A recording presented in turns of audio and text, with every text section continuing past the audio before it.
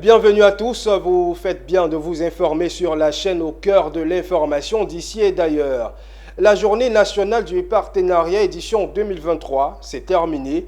Ouverte ce lundi au Sofitel Hôtel Ivoire, la 6e édition du dialogue public-privé a refermé ses portes mardi après 48 heures de session, de communication, de table ronde et de B2J autour du thème « Responsabilité sociétale des entreprises pour une Côte d'Ivoire solidaire, quel partenariat État-secteur privé ?»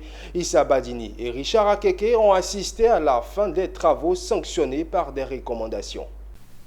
Elle se termine où elle a commencé, c'est-à-dire dans cette salle du Sofitel Hôtel Ivoire. La journée nationale du partenariat, édition 2023. 48 heures d'intenses activités, faites de sessions, des panels de communication ou encore des rencontres B2B, le tout sous le thème « La responsabilité sociétale des entreprises pour une Côte d'Ivoire solidaire, quel partenariat État-secteur privé ?»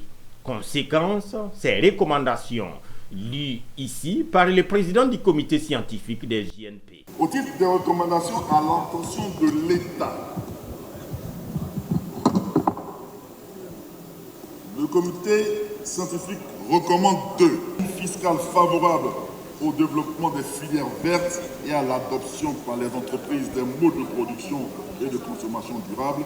Des recommandations qui pourront faire avancer le dialogue État-secteur privé, d'où la satisfaction des différents acteurs. Le secrétariat exécutif voudrait réitérer son engagement à porter auprès des autorités les recommandations fortes qui découlent des travaux de cette journée et mettre en place, en liaison avec les ministères techniques et nos partenaires du secteur privé, le dispositif de suivi de la mise en œuvre des dites recommandations.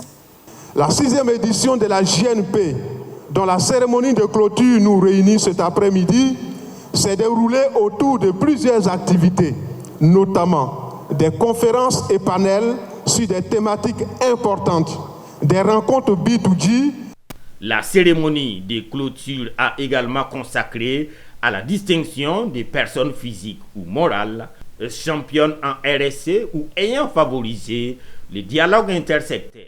Tous les membres du comité de veille qui sont autour de moi, vous imaginez, ont travaillé d'arrache-pied. Venus du Burkina, du Bénin, du Togo, de la Guinée-Bissau, de la République du Congo et bien évidemment de la Côte d'Ivoire, ce sont au total 5000 visiteurs qui ont arpenté les couloirs du Sofitel